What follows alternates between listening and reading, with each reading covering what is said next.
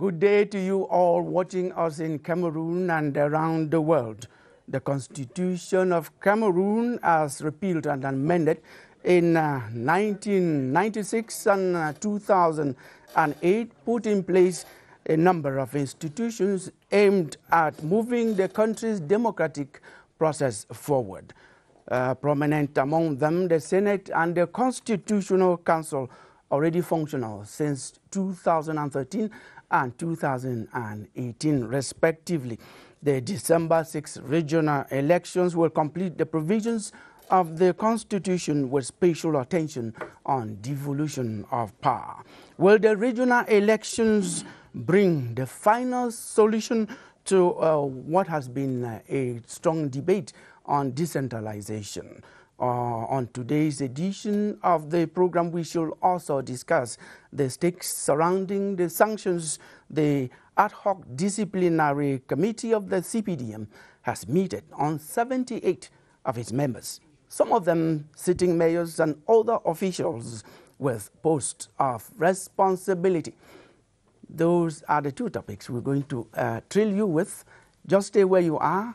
I'm going to present the panel for you, beginning with Professor Elvis Ngolengole, who is a member of the CPDM ad hoc committee, disciplinary committee. Welcome, Prof.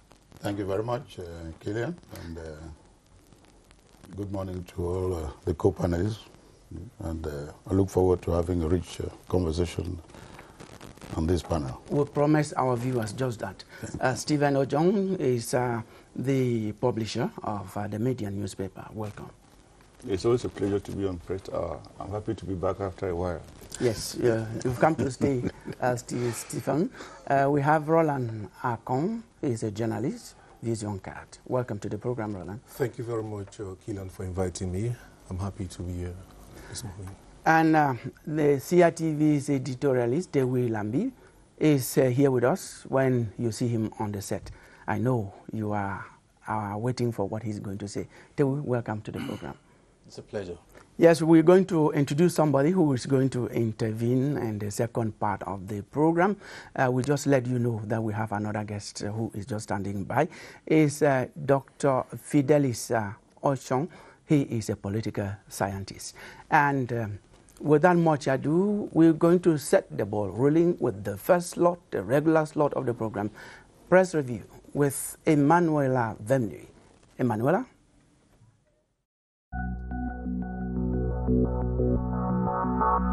The press week just ended in Cameroon was full of news stories that took readers to newsstands for information. Biya convenes regional elections on municipal updates. Then the political class boils with tongues wagging over irrational seats distribution on the Sun. The Cameroon Tribune, it is time for political maneuvers. The Herald Tribune brings to the fore Minad Boss's warning for order to reign. In the eye of the Guardian Post, tough-talking Atanganji dares Kamto to disrupt regional elections. The Median writes, bazooka for bazooka, Atanganji versus Kamto eyeball to eyeball. To the Post-Weekender, Kamto Atanganji draw battle lines ahead of regional elections. Municipal Update simply writes, Atanganji warns Kamto. Then 78 CPDM supporters are sanctioned for speaking out against dictatorship on the Guardian Post. The paper further writes, Romeo Dika quits CPDM, predicts bleak future for Biya's regime. Before CPDM MPs, mayors call for constitutional amendment on the Herald Tribune as SDF announces boycott of regional elections on the Guardian Post.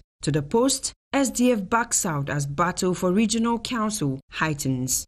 Landslide then leaves over 8,000 homeless in Lebialem Division, Southwest Region on the Guardian Post. Just when Biya through Atanganji assists Far North flood victims on the same paper. But to the scoop, Atanganji ignores deadly flood victims in Northwest, rushes to Far North with goodies. Just when farmers, business people scorn Atanganji's cutlass iron rods embargo on the Post-Weekender.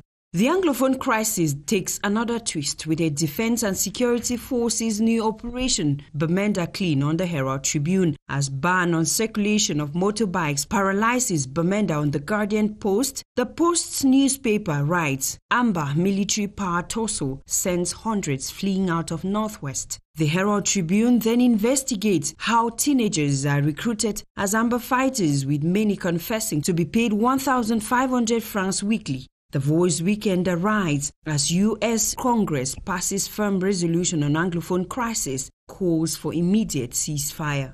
Protesting CDC workers confront GM over land grabbing on the Post newspaper, before CDC brings out big guns in land grabbing on the Star newspaper. Then major national dialogue 1 year on, ground cover challenges evaluated on the horizon. PM says BIA committed to implement national dialogue recommendations on the Guardian Post before the same PM begs for peace in Northwest and Southwest regions on the Post newspaper. Fresh crises are then announced at Music Rights Corporation Sonacam as Culture Minister orders audit and election of new bureau. Newly recruited varsity lecturers then threaten nationwide strike over unpaid salaries just when a woman is beaten to death in the East region over co-wives missing underwear. Let's now end our press review with a story on the Guardian Post, wherein a Franciscan Catholic priest, Reverend Louis-Marie Fouet, in pre-trial detention in Konigi, has petitioned the head of state to cause his release because he is suffering from a rare disease. The priest has been in detention for over 2 years, 2 months now on grounds of fraud and money laundering. He is said to be part of the Mida affair that extorted money from so many Cameroonians and was shut down in 2018. Until I come your way again, this is your Hour with the Press.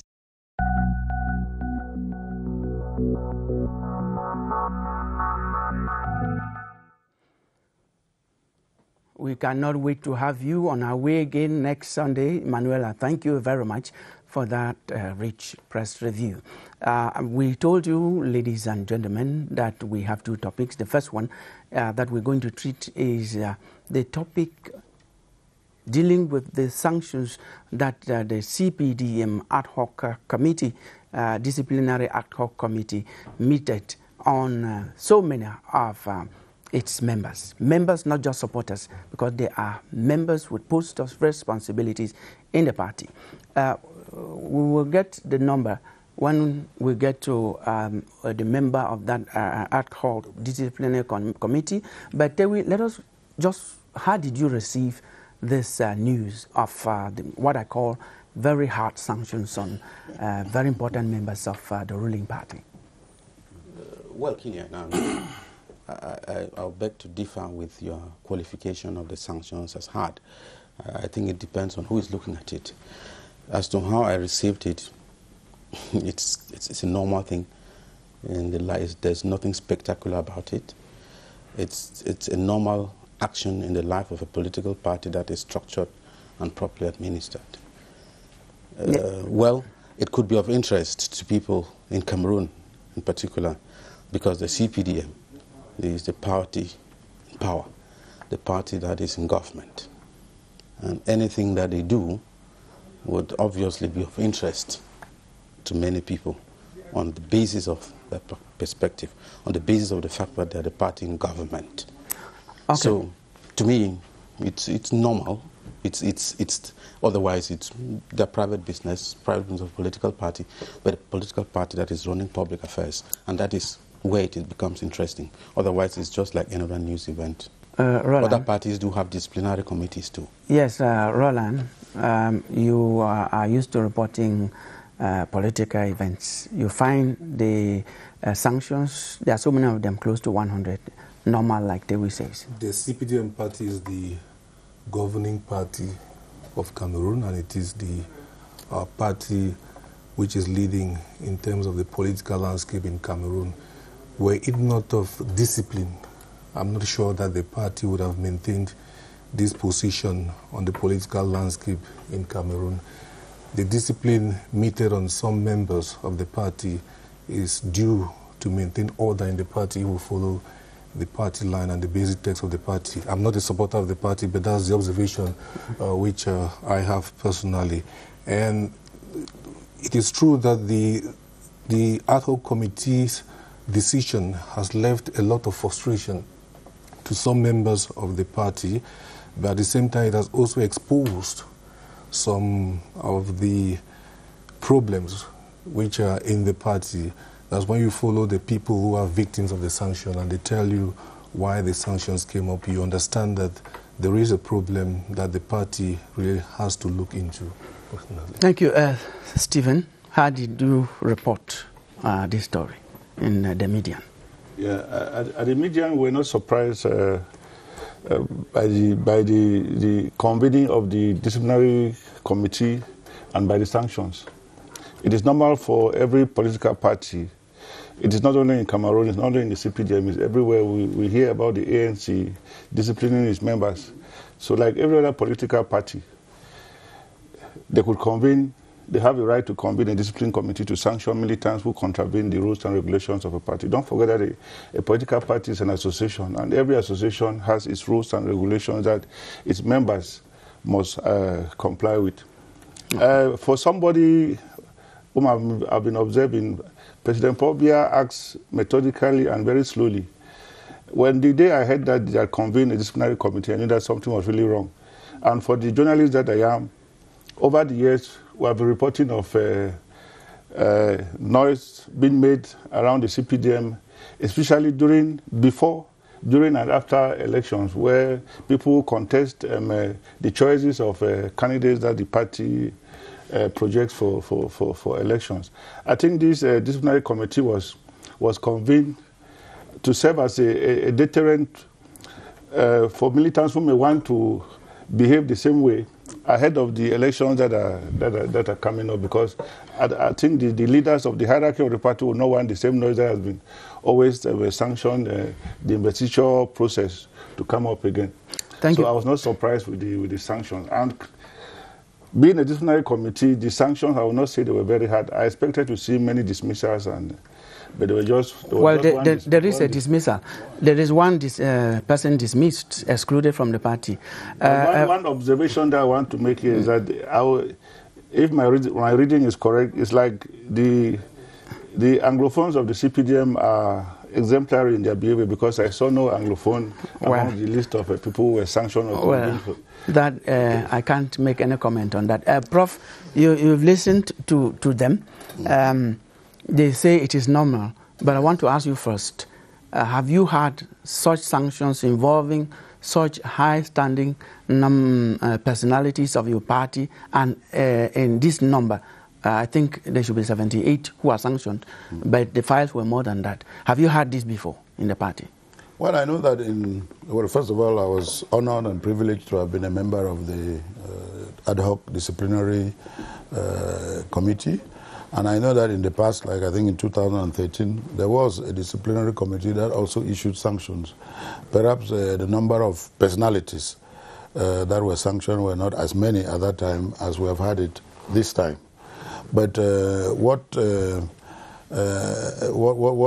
makes the difference between the committee action this time and the last time was that in the last time several elections were in view. It's very normal that they took the decisions they took at that time. And with the present committee, apart from the regional elections, I mean the next elections are about 5 years away. But nevertheless, sanctions were taken, and as the other panelists have said, it's normal. There's nothing spectacular about it. It's normal that in every association of human beings, there have to be rules.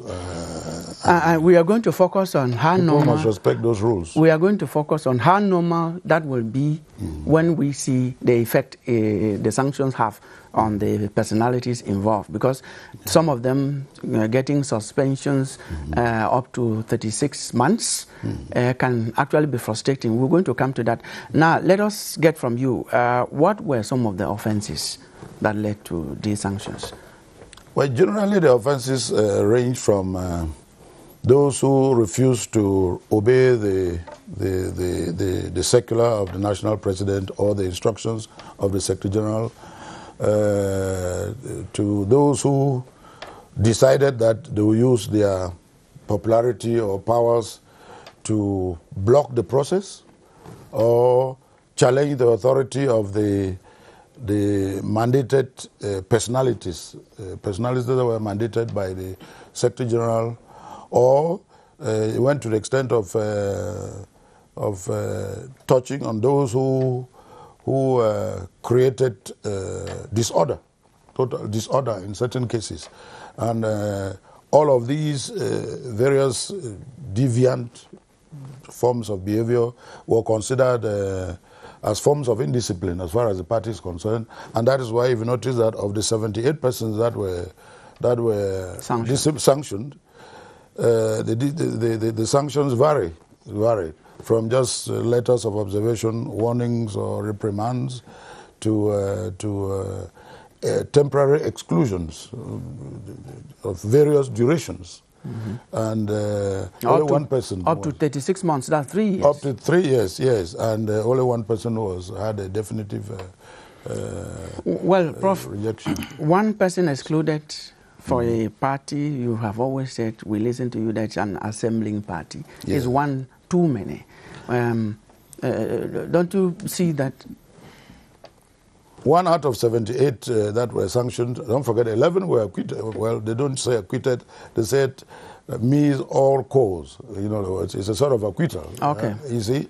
But one person out of that many is an example which could not be avoided, and it was indispensable. And statistically speaking, it does not in any way compromise the central principle of the CPDM, which is that it's a party that rallies everybody, whether you are whatever. Okay. It rallies people. And that, yes, you can misbehave now, but if you are humble and honest enough and you submit yourself to the rules, obviously you learn something from the sanctions, because there is a pedagogic value to the sanctions. Okay. It's not meant to make you a bad person or a prisoner. It's meant to teach you something and for you to honestly, humbly come back. We get that, yes. But some of them are sitting mayors. Some of them are officials in the section, subsection, and other posts of responsibility of the party. Yes. What happens to these people when you are suspended from the party and you are elected in your constituency to represent the party? What happens now? Do those people still act in their positions on behalf of the party, or what happens? Yeah, many people talk about this, but again, it's good for us to explain this, that political parties are private associations, as Steve said earlier. These are private associations of citizens who want to attain power through like-minded ways of thinking, ideologies, and so forth, and values. And when they attain power, the power they attain or they achieve is not a party power. It is a state power, because the state, under its rules, allows for associations to be formed, associations of citizens who can, under the rules of democratic competition, win an election, and therefore, by winning that election, place their militants into positions of state power. Now, when the party acts as a party, such as the CPDM, it can punish, it can discipline its militants within the limits of the party itself. Now, when it applies to militants of that party who hold state functions or private functions, the party's rules, the party's authority does not extend to the domain of the state. There is a domain of the state, that is to say, councils, positions of mayor, municipal councillor, regional councillor, president of regional assembly, senator, parliamentarian, minister, and other positions are positions of state power. So it is the state that applies. Where will they feel the pinch if they will continue to exercise their powers? Where will they actually feel that they've been punished? They will feel the pinch within the party, because within the party they will know that they are sanctioned within the party. And even though they are performing state functions, unless the state decides to punish them, Can that happen? If the state decides to punish them, the state will not take permission from the party, because the state is above the party. We shouldn't forget, and the party is not a state party. Therefore, the state functions according to state laws and the constitution, and the party functions according to party rules. The party has taken its action according to its rules. Now, because the whole state functions, holding those state functions has to do with state laws and they are subjected to state laws. If they have not broken any state law, if they have not violated any state law, the state, of course, will not punish them. Okay. But the state will not ask the party to say, should we punish them? And the party cannot also ask the state to punish them because the state is supreme. And the state is different from the party. Yes. You see, the state is the national interest, the party is the partisan interest. Okay, you made it so clear, but tell me, when you listen to Prof, if you have the same reading or similar to me, these people will not feel so much because they will continue to exercise their functions. Where exactly, what are the stakes? What are the stakes for the party or for them? Well, I think that within our context, it's very, very difficult to distinguish between a party personality and a government personality. I can't remember if we have independent candidates in this country. No, the laws do not give provision for that. Which therefore means that the party has a very central role to play. And that's what I said at the beginning, that the CPDM is the party in power, the party in government. And what happens within that party will is intrinsically linked to the operation of the government even. I can't, these are just what I call declarations that do not reflect the reality, because the reality on the ground is different. So what's the reality? Let me give an example. Let's say if this concerned a highly placed government official, or would they have, you see, and this is what makes their sanctions a little superficial. Some people had even observed that the sanctions looked at the persons, the people concerned. I cannot imagine that a member of government, a member of the Central Committee, a member of the Political Bureau sanctioned, and he's in government and it would be business as usual. Because the party has a very important role to play in this government. If it went up to the highest rounds of power within the party, what will happen? Well, but he just said, if the party sanctioning, the person will be serving the state. The person will be serving the state, but how operational can they?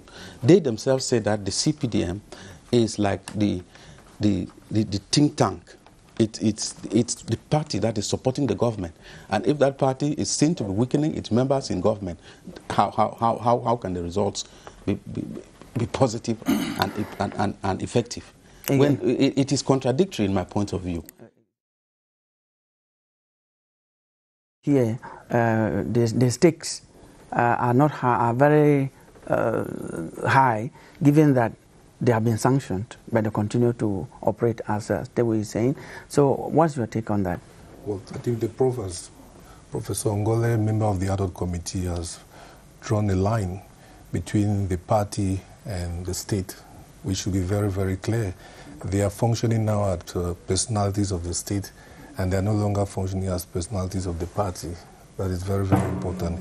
It goes to show that there is a clear line now, which is not seen in public, but which must be understood by the public, between the party in power and the state. There's a difference between the party in power and the state. Before I get to you, Stephen, I'll take from that question. Prof, if there is a meeting or a rally of the party, will some of these people that concerns only the party be invited? Because it's for the party, they've been suspended. No, will they be invited? They will not be invited because they're not. So they are under sanctions. They are not supposed to militate within, as far as the party is concerned. But if the state is carrying out a state activity by virtue of their holding that state office, they are bound to be involved and to participate because they are duty bound. They were appointed to that office. But as far as the party is concerned, yes. Let us. Since you say if a party organizes a ceremony, something, they will not be invited. Can we have a ceremony that can be of the party and probably not of the state, where they will not attend, for example? Yeah. For example, we are just about to have regional elections, and we'll carry out, for example, the party activity of selecting the candidates. Will soon be going down the next few hours to go select candidates in the various regional control committees and divisional reception and analysis committees. They are not supposed to be members of these committees. And even when that selection, after that selection is done, the party is supposed to send out campaign agents, campaign committees to the various divisional constituencies to go campaign. They are not going to be in this activity. And they are also not going to be candidates for any of the sticks of the sanctions. One on the people, as he is saying, and two on the party. By my reckoning, I think somebody who is sanctioned by his party is automatically weakened, whichever way you want to look at it. Forget that it is the party that invested them to be elected to the office that they hold, which means that if they run into problems against the state, the party can no longer defend them because the party has really lost confidence in them. Meanwhile, if that was not the case, the party would defend them before the state. So they have been weakened. They have been weakened not only before the state, they have been weakened in the face of their own militants, their own populations. Because if you are, say, a section president or you are a leader of a grassroots organ of the party and you are indisciplined, you don't expect, you are supposed to be a role model. When you become so indisciplined as to be sanctioned by the party, you lose face in front of the militants. So I think they have been weakened. The sanctions, whether they maintain their offices as mayors, as whatever, they have been weakened in the eye of the state and in the eye of the militants of the party. Exactly. Prof, there is still this problem. Some of these people who have been sanctioned claim that the grassroots were behind them and the party from the Central Committee imposed people on them. Sanctioning them doesn't it also weaken the party at the grassroots, making those people feel divisive at that level? Kilian, if you permit, yes. Before this quickly escapes my mind, one of the sanctioned members of the party, yes, actually people of his constituency came out to support him, which means they're in disagreement with the decision of the Central Committee at the higher ranks of the party. So they might see it as a continuation of the marginalization and imposing of a top-down approach. The people you have sanctioned are popular amongst those who, so what does it matter? Yeah, we know, as you say, I mean, that is a mistake all of us make when we're in associations, especially political parties. We tend to comport ourselves as if what matters and the only thing that matters is our popularity. Our popularity with the grassroots and so forth and so on. But popularity by itself is not the only element or factor that makes a party credible, honorable, and successful in competing with other parties. There are other factors. If, because you think you're popular either because you are very rich or your personality, you have good character, you think that you can violate or disobey the rules of the party, you can disrespect the mandatory personality who is mandated by the party.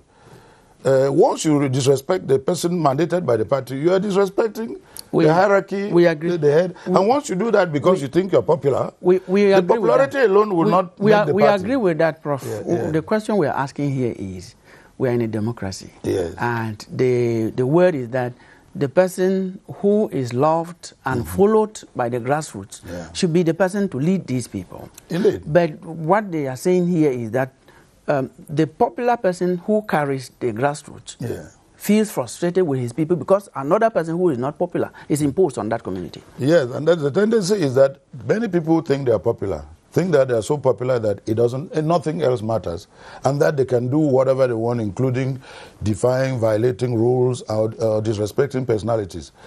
And by having the sanctions and through this disciplinary committee, it's a way of reminding all of us, everyone, including popular ones, rich ones, big ones, and small ones, that no matter who and what you are, no matter how popular you are, popularity alone is not what a party needs. A party needs discipline, respect, those good old values that make us a decent people and citizens. Because at the end of the day, if you are popular and you decide that because you are popular, you break the law, the laws of the party.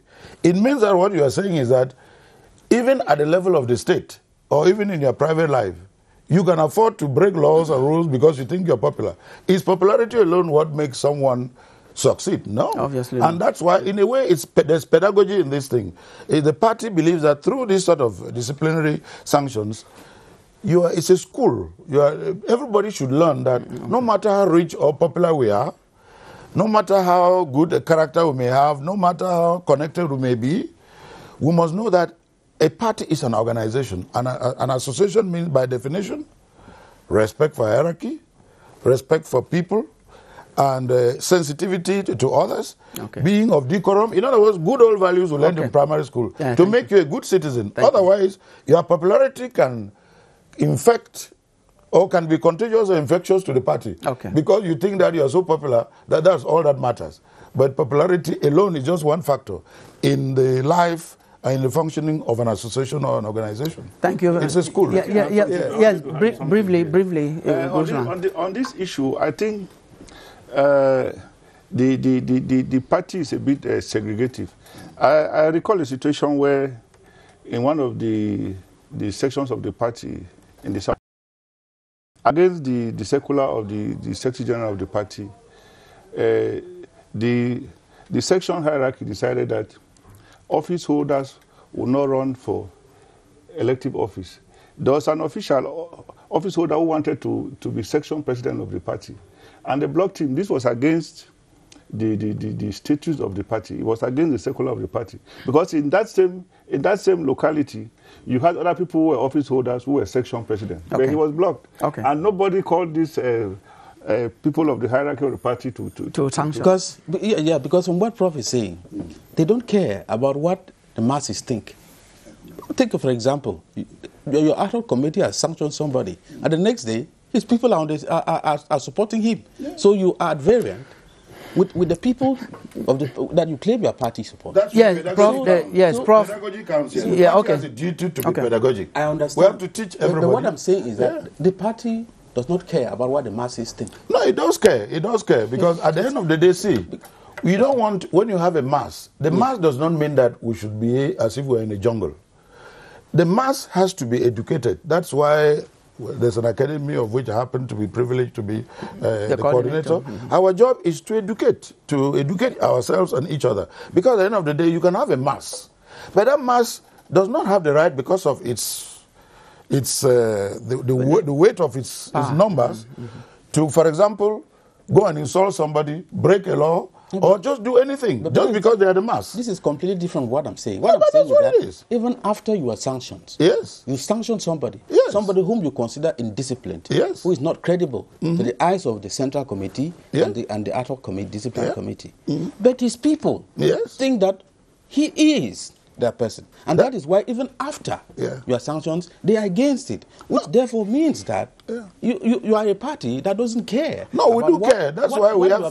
What that does is that we as a party, we have a duty now to go and educate, give political education to our masses, that mass that you're talking about. Because we can never afford to be a party where, because we think we are the mass, we should allow the mass just to do anything, come to CRTV because they don't like your editorial line or something, and do something, and they will say, No, we don't want to be that sort of party. No, we are going a to party of reasonable, responsible people. I think making a point, because the head of state said some time ago, the president of the party said that the other person, the party, it's a party of the common man. It's a party for the grassroots. Indeed. But the grassroots continues to be undermined in the CPDM. No, where the grassroots feels... We have a duty when we think the grass. We have to educate them. The running of the CPDM reflects in the way the country is run. If you see the agitations even within the country, it is an extension of what is happening within the because thank you. We got that, but we're also concluding that the CPDM is bringing order to its party. It is a democracy only by name. We have another topic. We have another topic, Prof. You have something to do elsewhere. The next topic you will not be part of it. We're going to bring in some other person. We promise you that we are going to discuss two topics. The next topic now is decentralization, regional elections. Is it an ultimate end to the decentralization process? Is it going to solve all these problems? We're going to discuss that, but before we do that, get this joint report done for us by Ebenezer Akanga and Constantine Bom.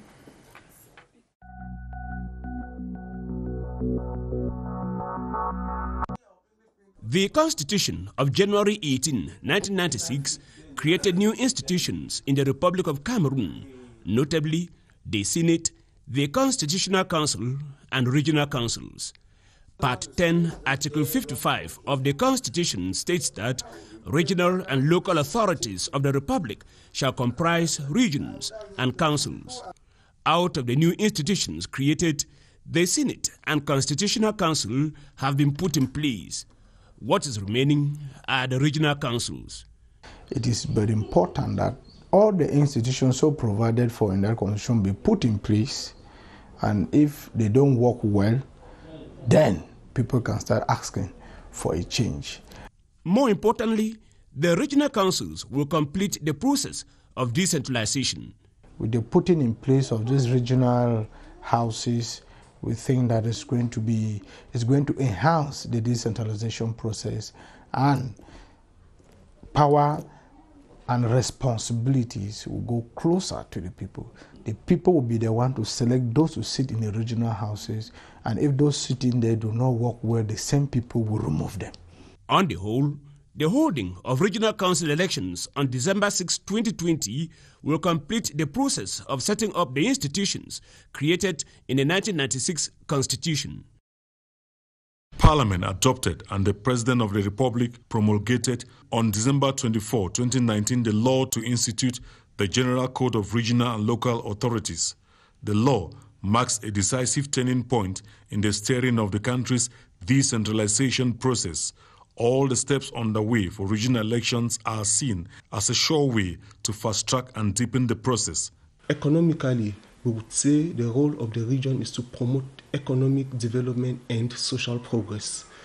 Point number 2, from a political perspective, we can say that the upcoming regional elections are going to pave the way for another important and emblematic solution to the ongoing crisis in the Northwest and Southwest. Decentralization is a new legal framework and a decisive milestone where regional councils play Act 2 of the process. The powers have been clearly divided. So economically speaking, we can say that the region is midway between the local council and the state.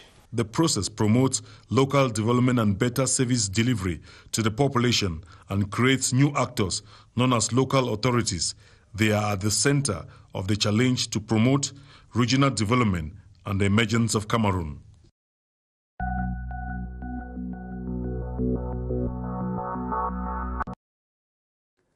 You are welcome back, and we welcome you back with a new face on the set, Dr. Uchong Fidelis, a political scientist who is going to tell us what we know about regional elections coming up. Is it going to be the final solution to the headaches and toothaches of decentralization that we have had in the country? Welcome to the program, Doctor. Thank you very much, Killian. It's a pleasure for me to be here this Sunday afternoon and to take part in this very important program. I'm hopeful that we're going to share ideas that will shed a lot of light on the issue of decentralization and particularly regional elections. Yes, the regional elections will follow from the two reports at different levels. Is the last of the institutions put in place by the 1996 Constitution, repealed and amended, and also amended in 2008 after the Senate, after the Constitutional Council. Can we say that we are moving, that the regional elections is going to, the elections are going to bring the solution that we needed to start? Yes, thank you very much. I want to say that regional elections are a highly welcome opportunity. A highly welcome opportunity because in the context of decentralization, we are expecting that powers will be transferred from the center to the periphery territorial collectivities. And that actually means that the regional councils, just like the local councils, will have the responsibility to conceive their projects based on the needs of their environment or their municipalities. And after conceiving these projects, they will have to receive funding from the state in order to be able to execute this project. That actually means that in the context of decentralization, the regional councils and the local councils, the municipal councils, will be running their own affairs with that intervention from the central government. That's actually what it means. And we have been having a problem. You know, most of the problems we have in Cameroon today are associated to centralization. Cameroon has been a centralized state right from independence till this moment. And we seem to be thinking that the crisis, the problems of underdevelopment, the crisis of democracy are all... We are told that Cameroon is a decentralized state that has been that decentralization has been gradually put in place. And the law says it's a decentralized state. Yes, the Constitution talks about a decentralized unitary state. Yeah, decentralized, that's what that is okay. I also want to accept that decentralization is not something that is done overnight. It actually has to be progressive. You know, for a country that has existed mostly on centralization, to move to decentralization of power is not an easy task. So the progressive movement, it's a good idea. Yes, as a political scientist, we followed from that report with an official from the Ministry of Decentralization and Local Development, saying that the regional councillors, called regional councils, constitute a middle way between the mayors, the councils, and government. What does that mean? Yeah, this actually means that the regional councils, like I said before, will be able to coordinate the activities of the regions. They are taking care of the interests of the region in terms of socioeconomic development of the regions. And they have to do it, they cannot do it in isolation. They do it in collaboration with the state. And since the local councils are part of the region, we consider they are a kind of midway between the state and the local councils. But let me add here that what is important, like you said, regional councils, the ultimate aim. What is important here is not the idea of regional councils. We should not be excited about that. What is more important is applicability, because there's always a problem of theory and practice. Are we going to do what we say we are going to do? That's where the challenge is. Because saying that there will be council elections, and let me say that it's a core principle, because it's all in the context of democracy. It's a core principle of democracy, which is that elections need to be fair and transparent. If we ensure that this happens, that elections are fair, they are transparent, they respect the rules, then that will be okay. But we are used to a situation, maybe in Cameroon, in particular, many other African countries, where elections are highly considered to be fair and transparent. So the idea is, if we organize fair and transparent elections, they can be expecting so much from the regional council elections. Okay, we missed Stephen. I just asked you, could it be an ultimate end? Will it bring what has been highly debated and many people have been gnashing their teeth? I should say it's a step in the right direction, but I don't think it will put an end to the agitation that is going on.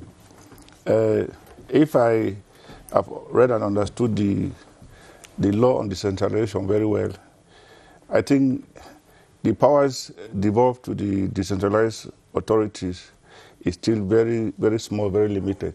And the central authority still has a very firm grip on the situation. That's why we're asking, with the regional councillors, will this power not be devolved to them? That's what we're asking. That's what I'm saying. I'm saying that enough powers have not been dissolved. They don't have enough powers. They still work under the authority of appointed officials from the central authority. Don't forget that the governor is still there, or is overbearing over all what happens in the regions. For now? Yes, the governor is still there. The NGOs are still there who are very overbearing. Take for instance, to prove to you that the powers are not quite there. Let's take the case of the Bakassi Peninsula. The government over the years has invested tens of billions to develop Bakassi. If you go to Bakassi, you see virtually nothing for the billion that is on record that has been invested there. So will the government now, excuse me, will the government now... You will see something maybe not to the point you expect. No, will the government now transfer these billions to the local authority, the authority concerned to develop Bakassi? Because when you go across to Nigeria, you see what the local government in Nigeria, in Cross River State, is doing in Bakassi. It mocks all what we are doing here in Cameroon. But, we only hear figures, but we don't see anything being done on this. So when the government selects people from who have never stepped their leg in the area to manage projects in Bakassi, who don't have any interest in Bakassi, to go. I'm using Bakassi just as one example. He is talking about transparency. What if government sends people there and they are transparent, like he was just saying? Will that not? That's why we are asking. With these regional elections, if they happen the way Dr. Uchong is saying, that the elections take place in a transparent manner, it means what we are talking about will be taken care of. And we are asking, should that happen, will these regional elections be the ultimate end, bring the solution to this? The bottom line here is accountability. Who holds people accountable for what they were supposed to do? When you leave it to the central authority, it is so open. When you transfer it to a localized environment, people can easily be held accountable for what they failed to do. Okay, thank you very much. Roland, Stephen is still holding to what is happening now. But we are moving forward. That with the regional councils put in place and administrative and financial autonomy given to them, because that's what the law says, Section 55, Sub 2 of the Constitution states that regional and local authorities shall have administrative and financial autonomy and shall be freely administered by elected councils. That is certainly what is going to happen when the elections will take place on the 6th of December. Power will be devolved from the central authority in Yaoundé now to the local peripheries. You know, the complaint came as a result of the highly centralized model of governance which is in Yaoundé. And so people who are in the countryside or in the peripheries, they have always been complaining about this hyper-centralized model of governance in Yaoundé. And we're looking for a way of having a say in the management of their own localities or in the management of their own issues. And that is why the state has decided to bring in now the election of regional councillors. Regional councillors now will mean that the people who elect, even though it's an indirect election, but the people who will be elected will be accountable, represent the regions where they'll be elected into. We'll take a simple example. If, for example, you ask me to see my member of parliament, he will tell me that he's not a member of parliament for my area, but he's a member of parliament for the Republic of Cameroon. If you ask me to see my senator, that will be a similar reply that he's going to give to me. But if I approach a councillor from my area, I know that he is responsible for the management of my area. So I see in him power devolved from the central authority to the local authority, and he being accountable directly to the actions of my area. Okay, thank you for that. And also I see into that, I don't know whether I will come to it, I see into that the implementation of some of the recommendations taken at the major national dialogue.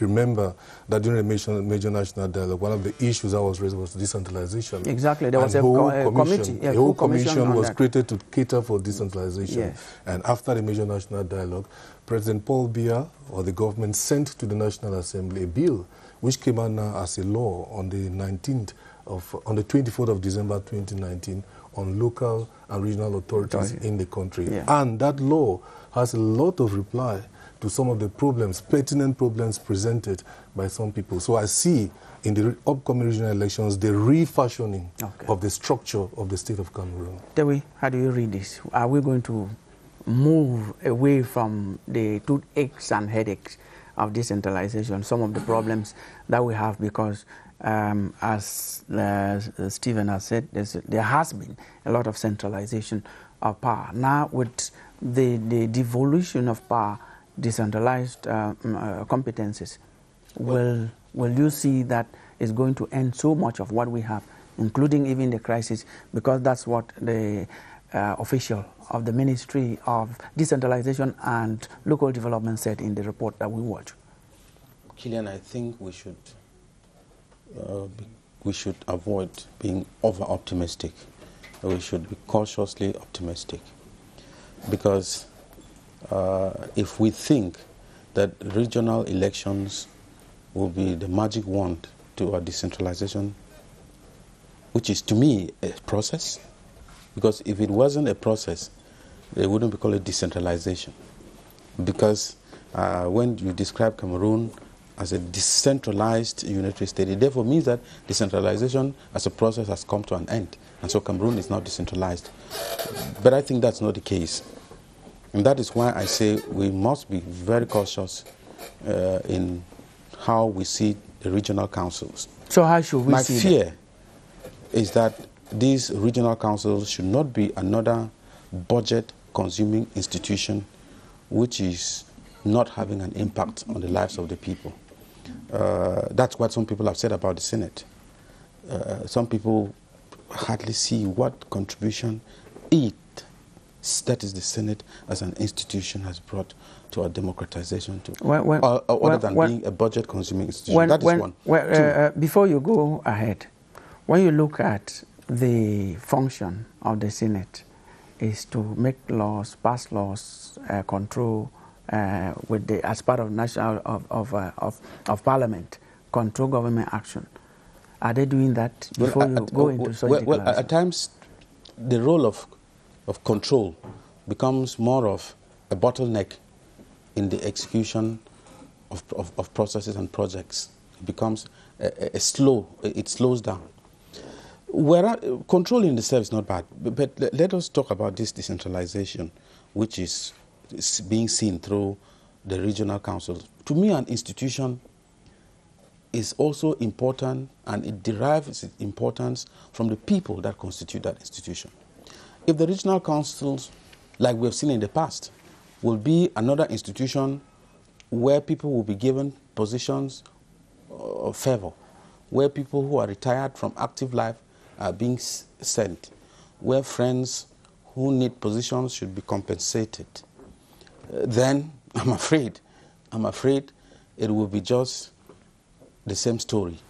Yes, Doctor. We need to be very cautious as to who, because people are already, you can see, papers have been writing, people are already positioning themselves.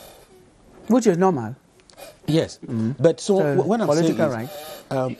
This is an institution that should not be put in place, taking into consideration giving positions to people, looking at people who have retired from active life to have something to be doing, a position where political friends are compensated. Otherwise, the institution will fail. Before I get to Dr. Uchong to answer that, I think even in America we could ask the democracy. When the government comes in, they come in with their own people and they reward people. You're not getting my point. When you talk of regional, it is essentially local. And here, it is the interest of the local people that is at stake. Therefore, political parties here may not matter. But when you have political parties imposing candidates, not imposing, putting candidates that may not necessarily be those that the people of the regions would have wanted. That's where the problem begins. That point is gotten. Just to welcome Elvis Teke. Elvis, good day. Thank you. Yes, we'll get to you in 1 minute. There's a point that was being developed there by Tewi talking about the people. That it depends on the people who will come in for regional elections, who are the constituent part of the categories of people who will be involved in regional. Yeah, let me start by saying that we should not be acting in Cameroon as if we fabricate our own kind of decentralization, right? Now, the decentralization goes with some expectations. Like I said earlier, power is supposed to be transferred. That's autonomy in terms of financial autonomy, administrative autonomy, and all of that. If that is effectively done, then we can be expecting some positive development. If that is effectively, I want to underline the word effectively. Okay, so if that is done, then it's going to give us some hope. Then we can be counting on it for the changes we are expecting. Good. Now, this is the point, because once power is effectively decentralized, we expect that the regional representatives, the councillors, will do what? Conceive projects and then execute them to ensure socio-economic development. But there are challenges. The challenges, like some of the panelists are invoking, come from the fact that there seems to be a kind of culture of mistrust between the people and the government. I mean, that the people seem not to be believing that the government is sincere about transferring power. And this can be, can be explained by the fact that the laws on decentralization were put in place since 1996. And more than 20 years after, it is now that the government is talking about. So what does it matter that today we have? That this is the point. My point is, when you look at this, more than 20 years, and the government seems to be acting under pressure to Now, I ask you the question, the people. Yes. We have the houses of chiefs, we have the assembly, the regional assembly, yes. we have delegates. Those delegates are Cameroonians. They are, so, of course. I think the unfortunate thing should be the electoral college of the election. It is an indirect. Yes. It's an indirect election, meaning that it's not coming directly from the people. Yes. They'll be elected by municipal councillors. But one issue has been running on the table in the autonomy, which is expected to be handed to the regions, which is financial autonomy. Financial and administrative. I want to emphasize on financial autonomy, which is in Cameroon still very, very small. The amount of money given by the government to the local authorities in the country is just 10% of the state budget. For now. In other countries where regionalization is effective, that budget is raised to at least 40% for effective financial autonomy to see the viability and the execution of those projects in the different regions. Thank you very much. Our time is running out, and we have Teke Elvis here with contributions from so many of you who have been following the program, who even sometimes had a topic before, and you sent in your reactions. Can we have some of the reactions that you got for us? Yes, Killian, quite a good number of reactions. Though we might not be able to read all, but we're going to acknowledge those who have sent. We begin straight away with Ivor Sangu, who says the CPDM is a religion where those who have contrary views and doctrines are not generally accepted.